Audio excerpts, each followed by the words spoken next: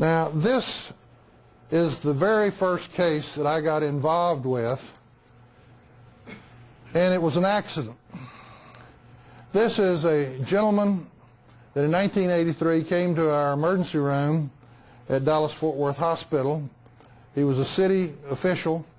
He came with chest pain, and they took this scout film, and when they saw this abnormal shadow, first thing they did was pop him back in the ambulance and take him to Dallas, where there was a heart team, because they thought he had ruptured aortic aneurysm.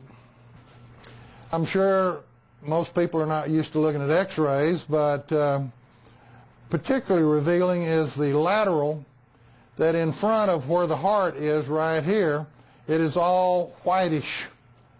And this is where air is in the lungs, and there should be a dark spot here in front of the heart where the lungs. But what they found out with arteriograms and examining him is that from his thyroid gland between his lungs around his heart down to the diaphragm was a tumor mass that was making that white material, and it was an embryonal sarcoma.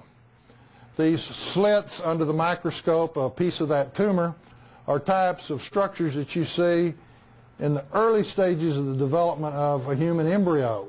And yet here he is an adult that has these structures, and that's why it's called an embryonal sarcoma. In the literature, no patient that's had one of these, regardless of what type of treatment, has survived more than about 13 months.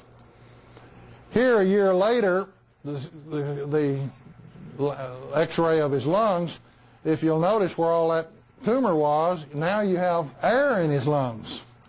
And his lung and his x-rays have been normal now for 17 years.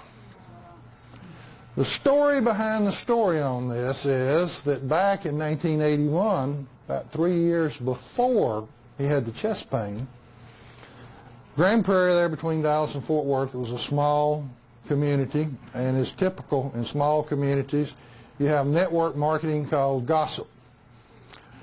And his grandmother, who was in her 90s, told her great-grandson, who was the official, who was having problems with ulcerative colitis, multiple bloody bowel movements every day. They're doing some research out here at the hospital on aloe. You ought to try it. He tried it, and it worked. He found out that if he got lazy and quit taking it, he would start having problems again, so it became a ritual that every day he drank his aloe juice. And when it came time and he had this tumor in front of his heart, between his lungs, when they were treating him with treatment that never works, I see him at Rotary now, 17 years later, on a regular basis. And I always throw my arm around and say, I love to hug a walking miracle. But it was an accident.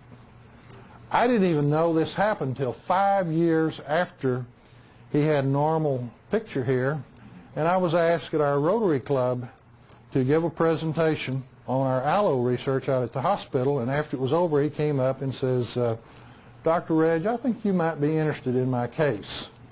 And we went back and finally dug up the information of how he had started on the aloe back in 1981. Very fortunate man.